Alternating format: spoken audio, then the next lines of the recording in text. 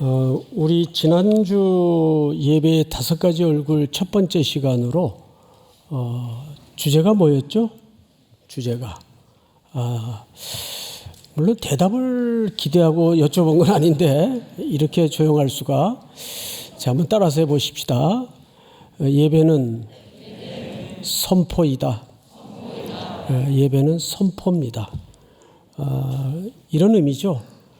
우선 자기의 정체성과 또 세속으로 가득한 세상을 향한 자기의 자리매김이에요. 그러니까 예배 자체가 선교입니다.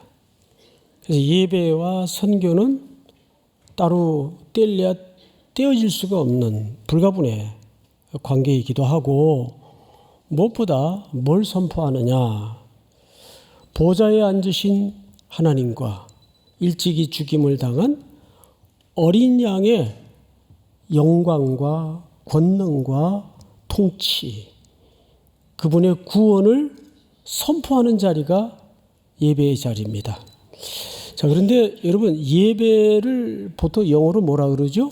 예배를 월십이라 그러죠. 월십. 근데 이 월십이라는 예배라는 의미가 그 파생어를 보면 어디에서 파생이 됐는가 하면 worth라는 가치라는 단어에서 파생이 됩니다. 그러니까 예배라는 worship을 다시 한번 풀어서 늘어놓자면 이런 의미이기도 해요. 뭐냐 하면 가치를 합당한 분에게 돌리다. 그러니까 예배라는 건 뭐냐 하면 이런 의미입니다. 내가 가장 소중히 여기는 인생의 가치든지 실질적 가치든지 보이는 가치와 보이지 않는 가치를 총망라해서 이 모든 가치는 주님이 하나님이 받으시기에 합당하십니다. 이게 예배예요. 그러니까 예배는 어마어마하게 소중한 순간입니다. 자, 그런데 제가 이 딘 플레밍의 오늘을 위한 미래라는 요한계시록 책을 읽다가 이 챕터를 준비하면서 그 앞에 BBC 영국 국영방송에서 오래전에 제작한 다큐 한 편을 읽게 됐어요. 그래서 그걸 찾아봤더니 우리말로 더빙이 돼서 나와 있더라고요. 그래서 그걸 50분 넘는 분량을 지난주에 한번 보고 이번 주에 한번 보고 두 차례 쭉 살펴봤는데, 제목이 뭐냐면 비틀즈는 어떻게 소비에트 유니언, 소련을 흔들게 되었는가. 비틀즈는 어떻게 소련을 흔들게 되었는가. 여러분, 리버풀을 중심으로 한 그 4명의 소년들이 갑자기 등장을 했던 그 시대는 가히 음악의 장르서부터 우리나라의 서태지 그룹이 등장할 때 이상의 충격이었어요. 엄청난 충격을 줬습니다. 음악의 내용서부터 음악의 그 장르나 생경스러운 비트까지 사람들에게 엄청난 충격이었어요. 근데 이것이 영국이라는 바운더리에만 머물렀던 것이 아니라 그 당시 미국과 가장 양극 체제를 이루었던 나라가 소련입니다. 지금은 지도상에 없어졌지만 지금은 러시아로 남아있지만 그때는 동유럽 대부분이 러시아에 귀속이 되어서 소비에트 유니언이라는 이름으로 소련 그랬어요. 그 어마어마한 영토와 또 제국을 이루고 있었죠. 그래서 그 당시 미국하고 소련은 군비 증강 스타워라는 프로젝트로 막대한 달러를 투자해서 우주선을 쏘아 올리고 핵무기를 개발하고 증강하고 이러다 보니까 그때는 중국이 아주 열악한 정말 가난한 나라에 불과했기 때문에 영향력이 거의 없었습니다. 그러니까 소련이 그런 나라였어요. 그래서 그 나라의 그 대외적인 별명이 뭐냐 하면 중국은 주계장막, 소련은 철회장막이라고 그랬습니다. 또 그 정권을 유지하는 탄탄한 비밀 조직이 있었는데 미국으로 얘기하면 FBI나 CIA 같은 KGB라는 단체가 있었어요. 여기에 이 레이더망은 전 세계적인 조직망을 갖고 있을 정도로 어마어마합니다. 근데 그 소비에트 유니언이 흔들린 겁니다. 누구 때문에? 비틀즈 때문에. 논리를 쭉 읽어보면, 그리고 그 다큐를 보면 상당히 합리적인 해석을 해요. 이 음악이 암암리에 소련으로도 들어가기 시작한 비틀즈의 음악이. 그러면서 그 한 번도 겪어보지 못했던 그 비트가 담긴 음악과 또 그 가사라는 건 스토리 아니에요.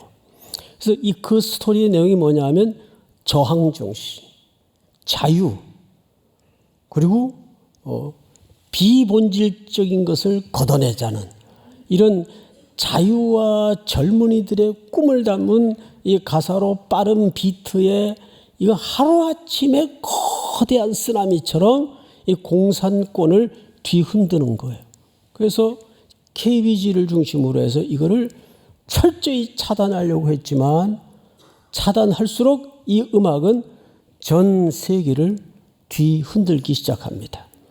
나중에는 금하니까 엑스레이 사진 같은 데다가 음악을 입혀서 암암리에 판매가 될 정도로. 그래서 저 북한 정권이 제일 두려워하는 게 이 남쪽의 드라마, 특별히 음악. 얼마 전에 중학생들이 남쪽의 음악이나 이 드라마를 USB로 이렇게 받아보다가 처형당했다는 실질적인 소식을 우리가 뉴스로 접하지 않습니까?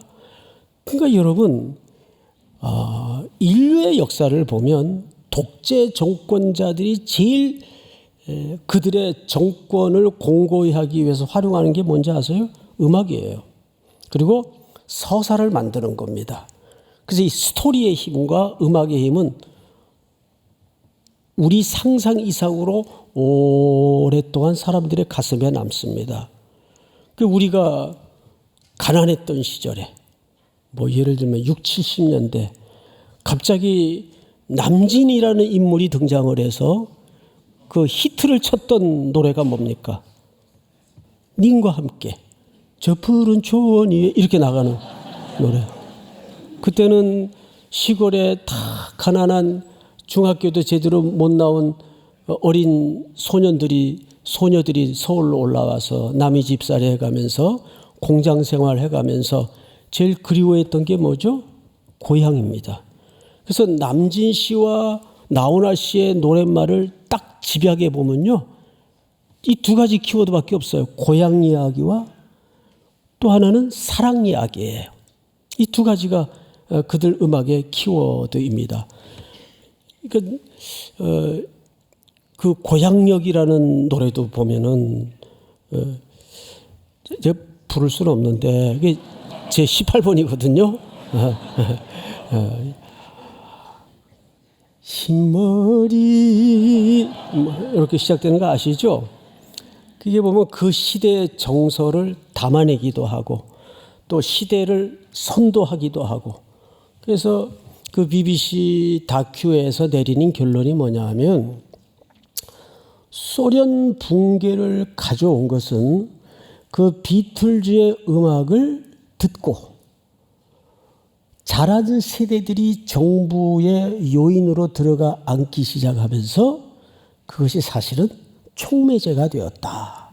이런 해석을 내놓습니다. 그런데 놀라운 것은 세계의 전반적인 사회학자들이 이 해석이 적절하다.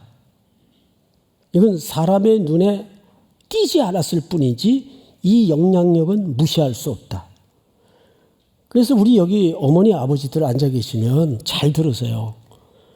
IT 쪽에만 컴퓨터 앞에만 또 의사만 만들기 위해서 애들을 쥐잡듯 하지 마시고 음악 하겠다는 친구들, 글 쓰겠다는 친구들은 그냥 좀 두세요.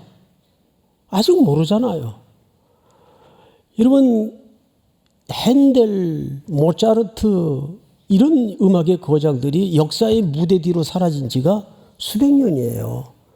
그런데도 그 음악의 힘은 오늘까지 음악계를 흔들거나 기반하고 있지 않습니까? 저도 기억이 나요. 저는 중학교 때까지는 책을 어마어마하게 읽었어요. 거의 한국에 나와 있는 소설은 다 읽었다고 봐도 제가 절대 과언이 아닙니다. 근데 고등학교 때부터 파란만장한 생활을 하면서 책을 읽을 시간도 없었고 학교도 뒤죽박죽 다니는 바람에 엉망이 됐죠.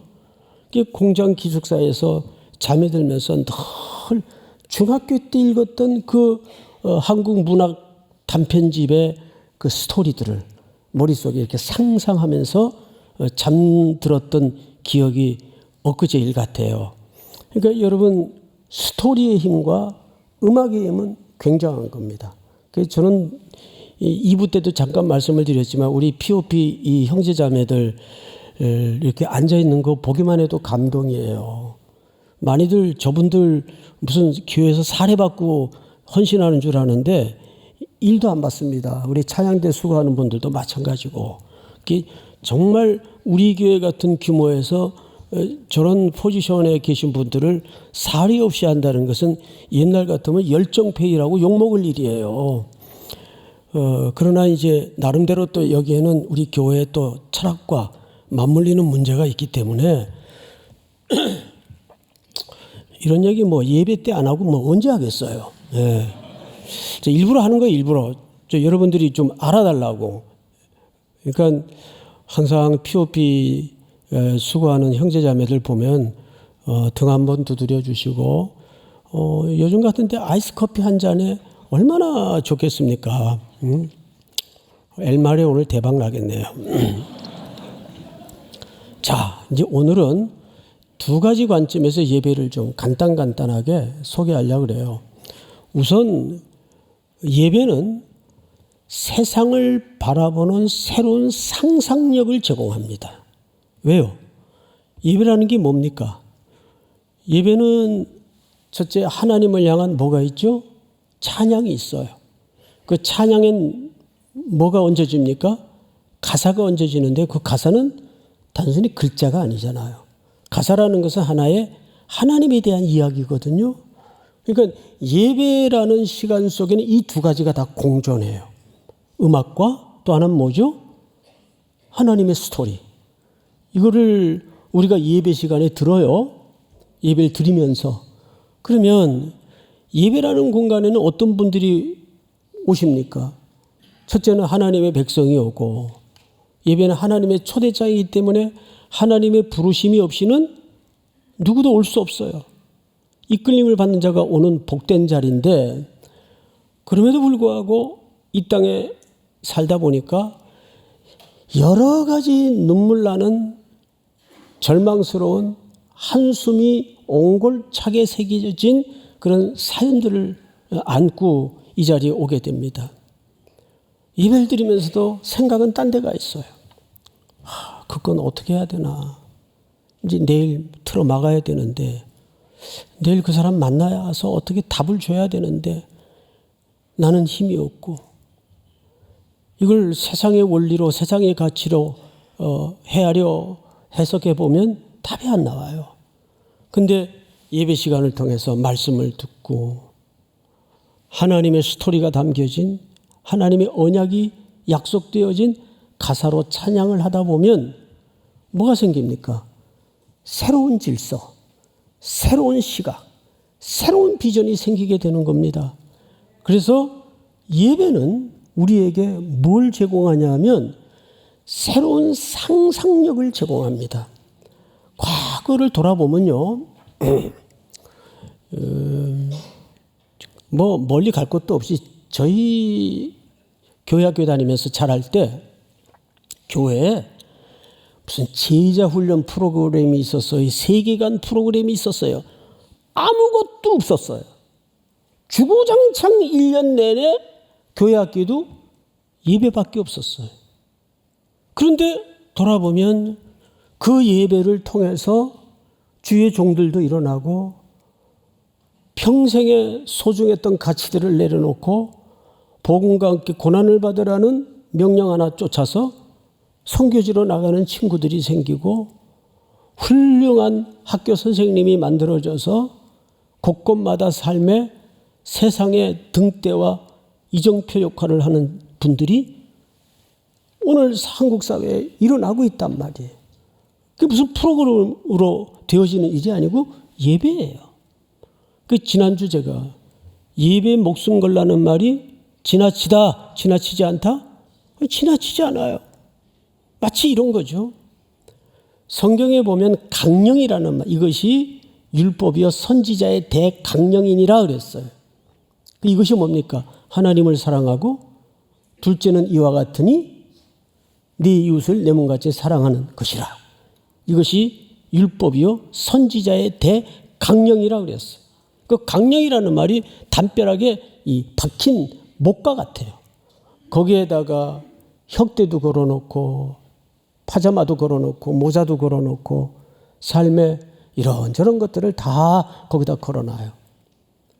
그 못이 담벼락에 탄탄하게 박혀 있을 때까지는 거기에 걸린 것들이 온전해져요.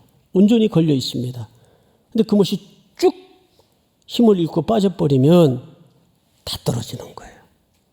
예배는 마치 그런 거예요. 예배에 집중되어 있으면 나머지 모든 삶의 질서가 견고해지지만 그것의 집중력이 흔들리거나 흐트러질 때는 모든 삶의 영역에서 다 이완작용이 생기고 흐물해집니다. 이건 틀림없습니다. 여러분들이 겪어보면 알잖아요. 내가 예배가 목말라지지 않고 예배의 자리를 점점점 멀리하게 되고 어쨌든 거기엔 다 사정이 있겠죠. 그럼에도 불구하고 목숨을 건다고 생각해 볼 때 여러분 단도직입적으로 물어보면 목숨보다 소중한 게 어디 있어요? 그렇잖아요. 그래서 예배는 첫째 우리에게 뭘 제공한다? 새로운 상상력을 제공한다. 그 상상력은 그저 이데아의 세계에서 허망한 생각으로 그 언어에 유인하는 그런 상상력이 아니에요. 거긴 실존을 만나는 겁니다. 하나님이라는 실존을 만나고 그 실존이신 하나님의 약속, 실제와 똑같은 약속을 붙들게 되는 거예요. 이게 우리가 살아갈 세상을 향한 힘있는 상상력을 그리고 만나게 되는 거죠. 믿습니까? 예배드리다가 결심하게 되고 예배드리다가 내가 이렇게 해서는 안 되겠다. 삶의 궤도를 바꾸게 되고 그렇게 되는 거죠. 그래서 어쨌거나 여기에 어떤 사정사연으로 이 예배 자리에 앉혀진 그 이유는 다는 모르겠으나 어마어마한 자리입니다. 왜? 하나님을 향한 노래가 있고 두 번째는 그 노래를 통해서 우리는 하나님의 스토리를 고백하게 돼요. 그래서 오늘 5장 13절을 다시 보시면 이렇게 되어 있습니다. 내가 또 들으니 하늘 위에와 땅 위에와 땅 아래와 바다 위에와 또 그 가운데 모든 피조물들이 이르되 보좌에 앉으신 이와 어린 양에게 찬송과 존귀와 영광과 권능을 세세토록 돌릴지어다. 이게 찬양이거든요. 이 찬양이 하나님의 서사를 담아서 스토리를 담아서 올려지는 겁니다. 두 번째는 예배의 두 번째 얼굴, 전체 주제로는 세 번째 얼굴이 되겠죠. 세 번째 얼굴은 뭐냐면 예배는 무엇인가를 드러낸다. 예배는 무엇인가를 드러낸다. 예배를 드리다 보면 뭐가 드러날까요? 진짜 내가 살아야 될 이유, 걸어가야 될 길, 해야 될 이유, 목적에 대해서 예배 시간을 통해 드러나게 돼 있습니다. 믿습니까? 자, 여러분, 하나님은 우리를 창조하셨습니다. 그런데 우리는 하나님의 형상대로 창조하셨고 이 우주공간 땅 아래 땅 밑에 땅 위에 바다 밑에 바다 위에 하늘 위에 하늘 아래 모든 공간은 사실상 누구의 예배 처소입니까? 우리의 예배 처소예요. 누구를 향한? 이 창조하신 그분을 향한 예배 처소입니다. 근데 예배 처소가 병이 들었어요. 망가졌어요. 죄가 들어왔어요. 그래서 하나님은 이것을 새롭게 하시기 위해서 이스라엘 백성이라는 샘플을 뽑아다가 온 인류에게 이제 메시지를 주기 시작합니다. 보세요. 애굽에서 430년 동안 종살이하던 이스라엘 백성들이 홍해를 건너 구원을 얻었습니다. 그들이 제일 먼저 이끌려 간 곳이 어디입니까? 시내산입니다. 시내산에서 뭘 배우죠? 하나님을 예배하는 법을 배워요. 그분의 말씀을 들어요. 그리고 산 아래 내려와서 2년 만에 산 아래 내려와서 그들이 광야를 시작하는데 제일 먼저 무슨 설계도를 받죠. 장막을 만드는 설계도를 받아요. 그럼 장막은 뭐 하는 데입니까? 장막은 놀랍게도 창조주 하나님과 피조물인 우리가 만나는 영광스러운 장소로 장막을 만듭니다. 그래서 그 장막이라는 이름은 무슨 뜻인가 하면 만남의 장소예요. 고속도로 가다 보면 누가 이름 잘 지었대요. 만남의 장소. 예? 그러니까 장막이라는 말은 창조주 하나님과 피조물이 만나는 공간입니다. 그 만남을 통해서 뭐가 이루어지죠? 예배가 이루어지고. 자, 그 얘기를 계시록에서는 어떻게 풀어내고 있는가? 7장을 좀 띄워주세요. 이 일 후에 내가 보니 각 나라, 족속, 백성, 방언에서 아무도 능히 셀 수 없는 큰 무리가 나와 흰옷을 입고 손에 종려가지를 들고 보좌 앞과 어린 양 앞에 서서. 다음 절 같이 읽습니다. 시작. 큰 소리로 외쳐 이르되 구원하심이 보좌에 앉으신 우리 하나님과 어린 양에게 있도다 하니. 네, 거기서 예배를 드리는데 천상에서 예배의 광경인데 허다한 셀 수 없는 무리가 나와요. 근데 큰 소리로 외쳐 뭐라고 얘기를 하는가 하면 그 무리들이 구원하심이 보좌에 앉으신 우리 하나님과 어린 양에게 있도다. 이 말은 무슨 얘기인지 아십니까? 갖가지 사정으로 살다 천상에 올라간 존재들이 하루 종일 예배를 하는데 그 예배에 담아있는 고백이 뭐냐면, 자, 우리 찬양으로 다 같이 구원하심이 시작. 구원하심이 보좌에 앉으신 우리 하나님과 어린 양께 있도다. 구원하심이 보좌에 앉으신 우리 하나님과 어린 양께 있도다. 하루 종일 이 고백을 하는 거예요. 이것도 내가 열심히 공부해서 좋은 대학 나와서 이 결과를 얻어낸 줄 알았더니 거기에 예배자들 중에 하나가 구원하심이 보좌에 앉으신 어린 양께 있었구나. 하나님의 공로였구나.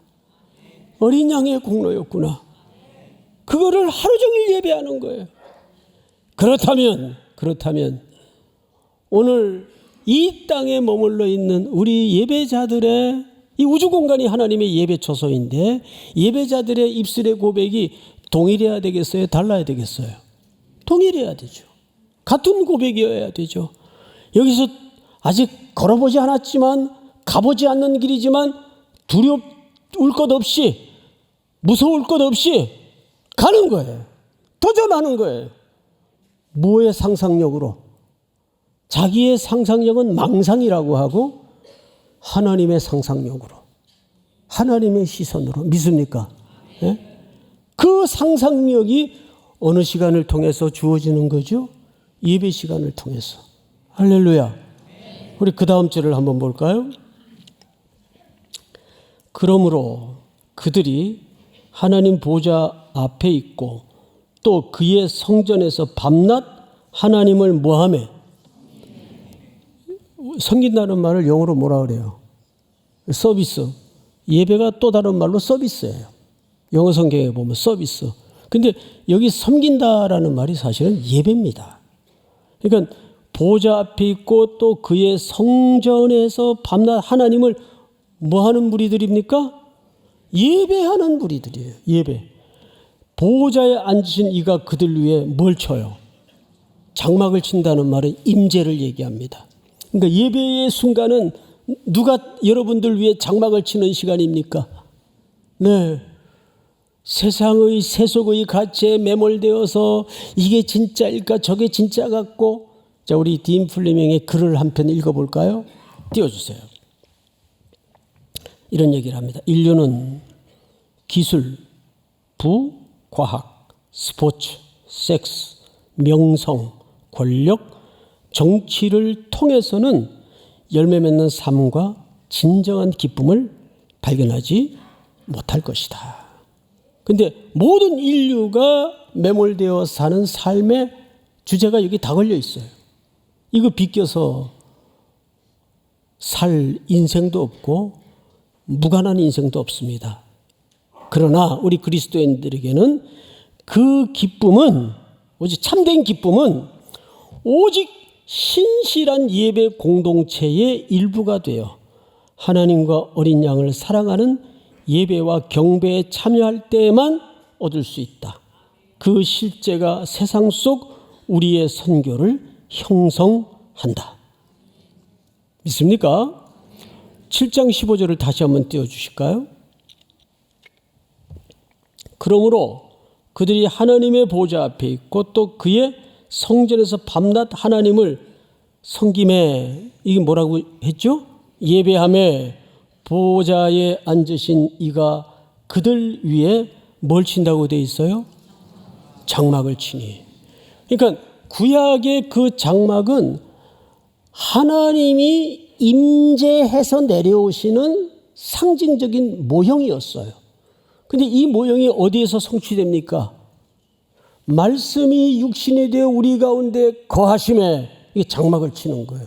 말씀이 육신이 되어 우리 가운데 거하심에 우리가 그 영광을 보니 독생자의 영광이라. 지금은 하나님이신 예수님이 우리 가운데 장막을 치시고 우리가 그 안에 들어가, 그가 내 안에 내가 그 안에, 지금 같이 먹고 마시는 부부로서의 개념과 같은 연합의 관계 속에 있단 말이에요. 그거를 공동체적으로 실제 경험하는 시간이 이 예배의 시간이에요. 저는 그래서 예배의 시간에 와서 졸다 가더라도 그분은 복이 있는 자입니다. 얼마나 생활이 고단했으면 자겠어요. 그러니까 주무시는 사람 절대 깨우지 마세요.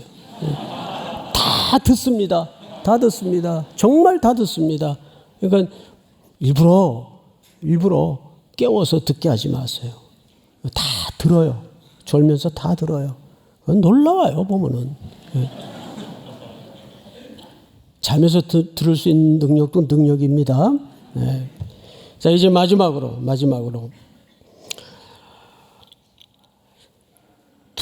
오늘 두 번째 예배의 얼굴 속에 예배는 뭘 드러낸다? 진짜를 드러낸다. 우리가 가야 될 길, 해야 될 일, 우리의 궁극적인 목적지. 이것이 수단적 가치냐, 궁극의 가치냐, 이런 것들을 다 드러냅니다. 예배를 드리다 보면 우리 속에 이런 깊은 성찰이나 찔림과 충격이 올 때가 있죠. 말씀을 듣다 보면 송 목사가 매주 한 번도 듣도 보지 못한 얘기 합니까? 늘 그냥 하던 얘기 이렇게 돌려먹고 저렇게 돌려먹고 하던 얘기 합니까? 늘 하던 얘기 해요, 사실은. 똑같은 얘기를 하는 거예요, 사실은. 그런데 어떤 땐 그 말이 귀등에도 잘 안 들어오다가 어떤 땐 자기의 영적인 기갈과 허기진 상태에서 푹 쑤시고 들어올 때가 있어요. 그때 옆에 사람에게 말할 수는 없지만, 아내에게조차 말할 수는 없지만, 내가 미쳤지. 왜 그러고 살았나. 내가 이제라도 이 깨달음을 주시는 하나님께 감사하다. 내가 미쳤지. 왜 그랬나. 이게 뭘 드러내주는 거죠? 예배는 우리에게 진짜 내가 찾아야 될 얼굴을 드러내주는 겁니다. 이것이 예배의 능력이에요. 믿습니까? 오늘 두 가지를 기억하십시다. 첫째, 예배는 따라하지 마세요. 예배는 세상을 향한 새로운 상상력을 제공한다. 두 번째는 드러낸다. 뭘 드러낼까? 진짜를 드러낸다. 믿습니까? 한 주간 동안, 다음 주 저 나옵니다. 한 주간 동안 여러분들이 이 말씀 붙들고 예배자로 승리하는 복이 있기를 축복합니다. 일어나십시다.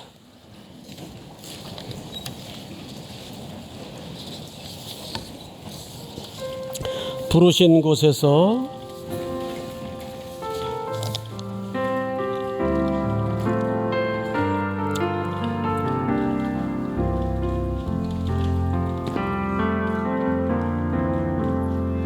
따스한 성령님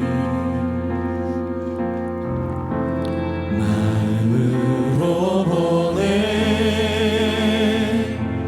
내 몸을 감싸며 주어지는 평안함 만족함을 느끼네. 사랑과 진리에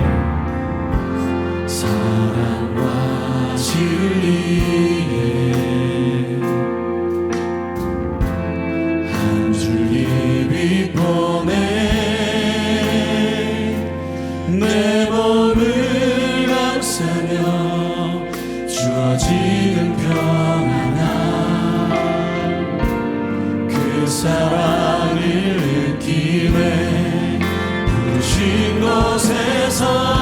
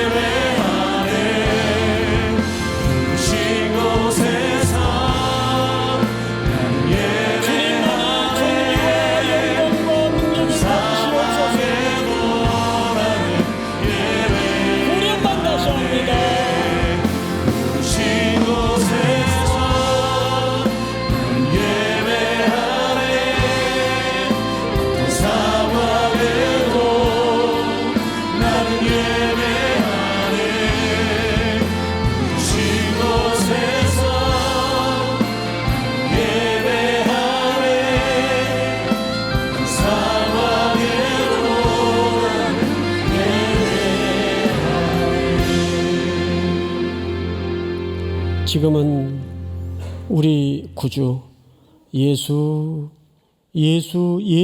그리스도의 은혜와 하나님 아버지의 높고 높으신 사랑하심과 성령님의 교통 위로 충만하게 하시는 역사가 예배를 통해 하늘의 상상력의 눈으로 세상을 다시 한번 해석하고 진짜가 무엇인지 드러내 주시는 하나님의 확언과 약속 앞에 다시 흩어지는 예배자로 저문을 나서는 사랑하고 사랑하고 사랑하는 귀한 3일의 성도들, 해외, 국내, 멀리 출타 있는 가족들, 복중의 생명까지 영원토록 함께 있을지어다. 아멘.